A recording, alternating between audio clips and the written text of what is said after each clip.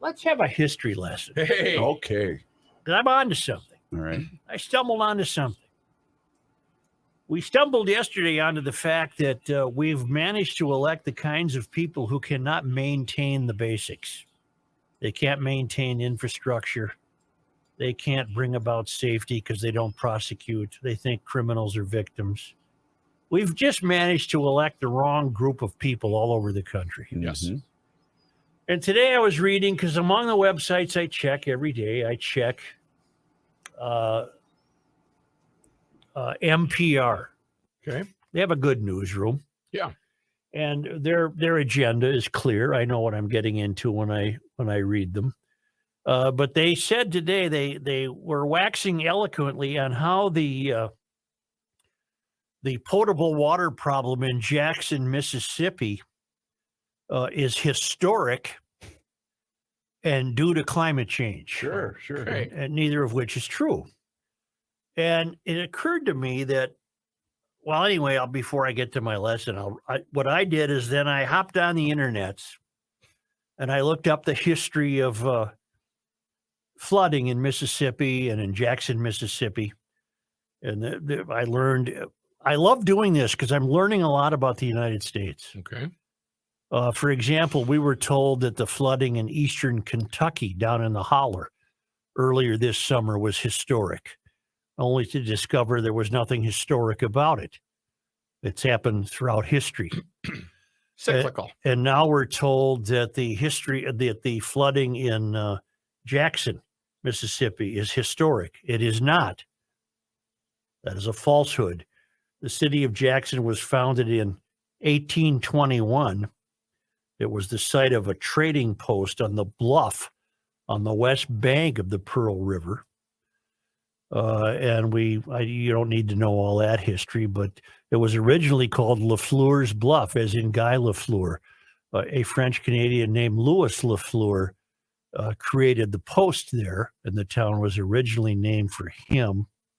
And we go on to learn that in the mid 20th century, we saw rapid population and economic growth for Jackson and Rankin County. And all along this history has been this flooding. Okay. And They know it well. yeah. In the 60s, after much local effort to obtain assistance from the federal government, the district and the Corps of Engineers engaged in the planning and construction of roughly 11 miles of levees on the Rankin County side and 2 miles on the Hinds County side. The levee project also channelized the winding Pearl River into a straight line between Hinds and Rankin counties in the Jackson metro area. While the levee certainly reduced the frequency of flooding, which had been historically plaguing the city, they were not able to prevent the tremendous human and economic cost of a major flood. This limitation was devastatingly illustrated on Easter Sunday of 1979, when the Pearl reached 43.28 feet and inundated thousands of homes and businesses, causing the tremendous disruption to life, along with about $500 to $700 million of damage. That would be $1.7 billion today. The area of western Rankin County affected by the 1979 flood has since seen a massive increase in population, meaning a similar flood event today would likely exact a much higher toll. And we're not seeing that in the current problems in Jackson. What you're seeing is an overwhelming demand on water treatment centers, which have not been kept up to snuff. We learned yesterday, for example, they haven't done as the routine maintenance, even as checking filters, cleaning filters. 4 years later, in May of 1983, the Pearl yet again crested at around 39 feet and caused major flooding in Jackson. 500 homes took on water. The New York Times reported $21 million in damage in Jackson alone. 2014, the metro area narrowly missed a flood with the potential to cause even more damage than the 1979 flood, when a massive rainstorm veered south rather than north. My point is that the history has been consistent. just as we learned about Eastern Kentucky. But you're told by the employees of modern news gathering institutions that these events are historic. And it begins to occur to me that for a variety of reasons, and this is just generalizing, the average, the template, the narrative of the modern news gathering institution is disabused of the notion of history. They don't take history into account. And if they don't agree with it, we want to cancel it. Right. And if you think about this logically, this makes sense, because in the failed academy, we're doing everything possible to not only eliminate history, but in the event we cannot eliminate it, we are rewriting it.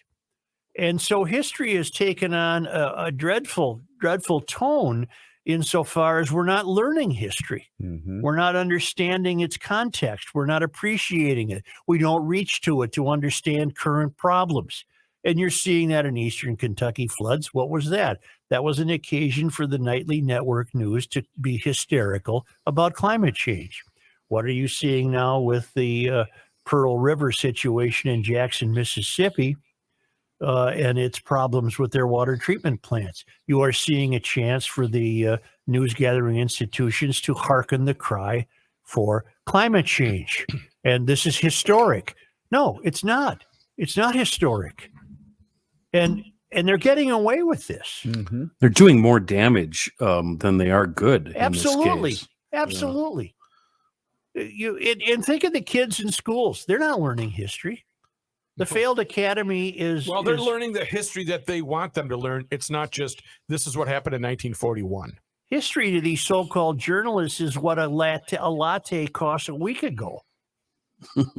That's what history is to these people. Right. The 1979 Easter flood. How many years ago was 1979?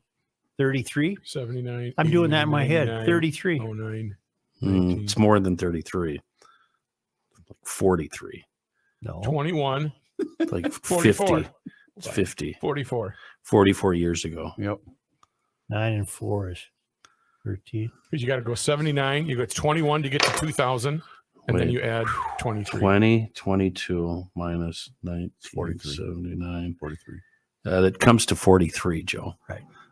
Okay, so 43 years ago, the 1979 Easter flood was among the most costly and devastating floods ever to occur in Mississippi, with $500 to $700 million in damages. It was the result of the Pearl. We're not even talking floods this time. We're talking about an overwhelming task that the water treatment plants are failing to accommodate. The Pearl River is 490 miles long. It begins in Winston County, Mississippi, and ends at the Mississippi Sound.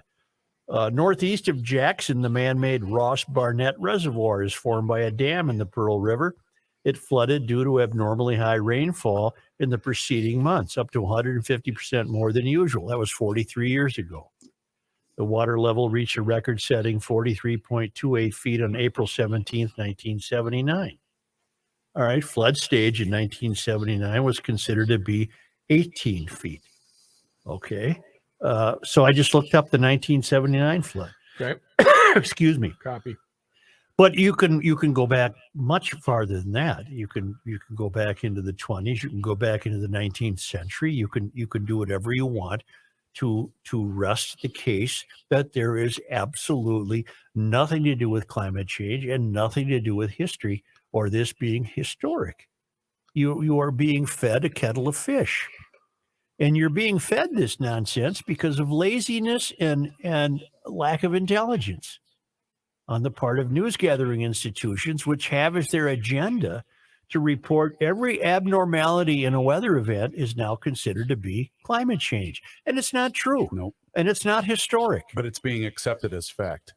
What is exacerbating and aiding and abetting them and getting away with this is historically more people now are affected by abnormalities of nature. I don't even know if they're abnormalities. It's just nature.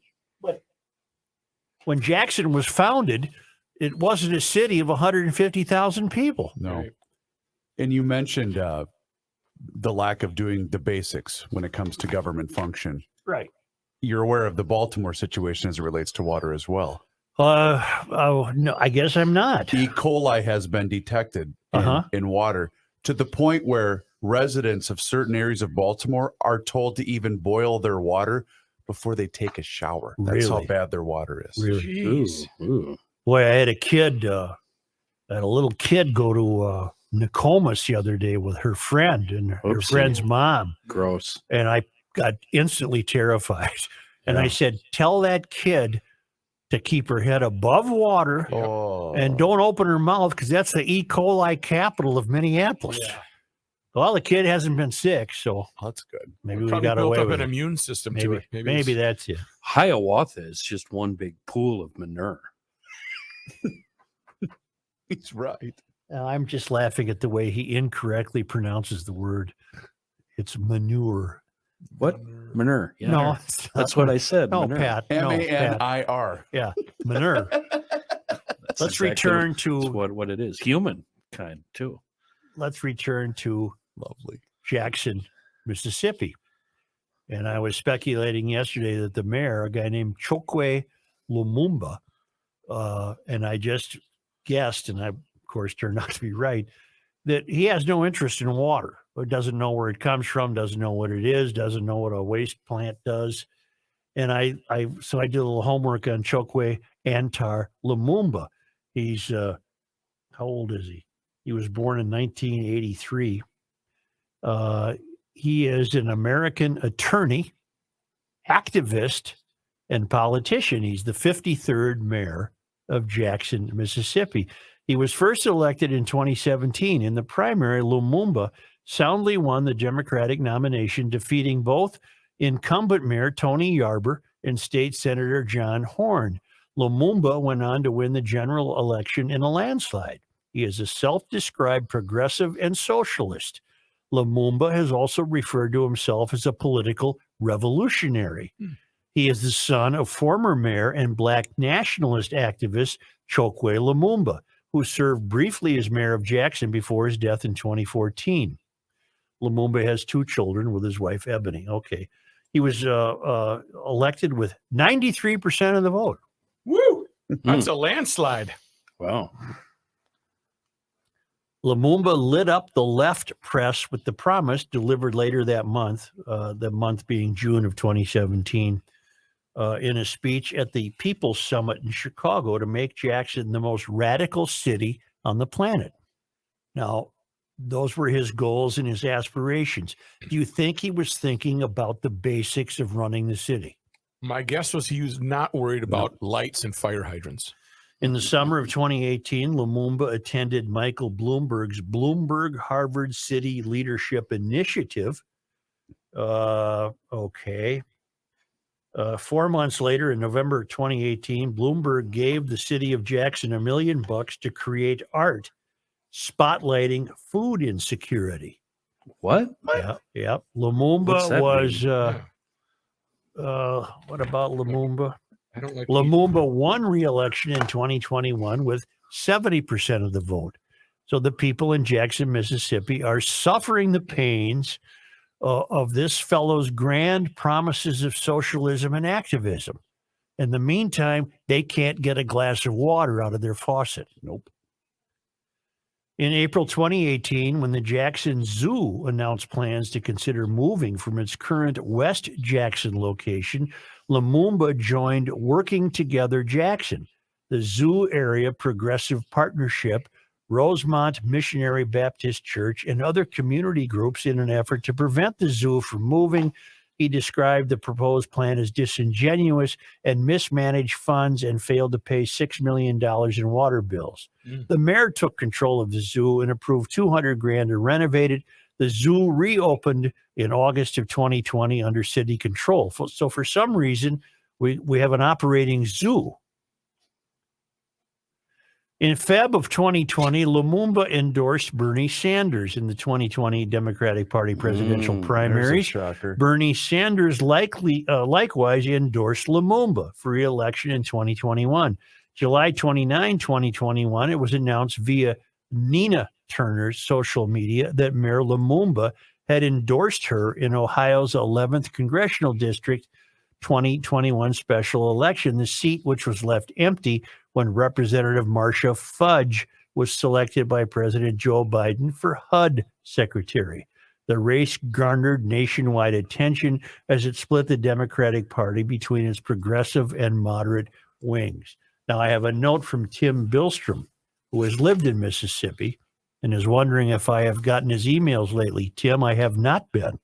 I got this one, but as you note, you speculate that I might have been missing your emails, and I have been until today. And he said, actually, I don't think there's any town in Mississippi where you drink the water. Anyway, if you're curious, check out the history of the current mayor and his father. They were very vocal about black separation. They tried to start their own country of only blacks. So it's kind of ironic that the son is complaining about white flight. You may have looked into it already, but it's quite interesting about the politics of the father and son. Okay. And I did. I looked up. I didn't do much homework on the father, who died in 2014, but his son, Chokwe Lumumba, which was also his father's name, is the current mayor of Jackson, Mississippi. And because of his socialist leanings and his aspirations for possibly black separatism, I don't know that for a fact, the basics are not being taken care of. Okay. You add that to the disingenuousness of the current narrative of this country's news gathering institutions, and you are essentially lied to about when it comes to the history of things. History is really taking a beating, isn't it? We're Well, either it's just- trying to undo our history or eliminate it altogether. It's killing me what the media is not focusing on down there. Mhm. And it should be infrastructure, and they could be doing the residents a huge favor by focusing on this. But like you said, their priorities are elsewhere. But isn't that a direct reflection of the way people are currently voting, you guys? Because that's a thought that just came to my head. But if this guy wins so overwhelmingly, what would it take for the voters to realize they're being poorly served? But I don't think it goes Well, back to what we've always said. Not enough people are paying close enough attention. But Aren't when they you're- paying attention today when they can't get a drink of water just or gonna flush say, their toilet? That would be an awakening for me. I guarantee you they would be if this mayor was a Republican. Oh, yeah. Well, there's no chance of that. He's the bed you made. And now you have to lie in it. And it's not working for you. And not only has there been a white exit, any black who can is also exiting because there's nothing there that you can rely on or count on, Right. except apparently a zoo. So you got And you're that going. anti-zoo. So What you are you got gonna that feed- going for you. What are you going to feed the animals? The See- bad water. Yeah. Ooh, who's going to clean out that cage? Right. No, that would harm the animals as much as it would harm the humans. A self-described progressive and socialist. Well, that doesn't work in America. That's not the way America was supposed to work. But that's where the mystery wants to take it. Right. And are you seeing any examples anywhere that that's a wise idea?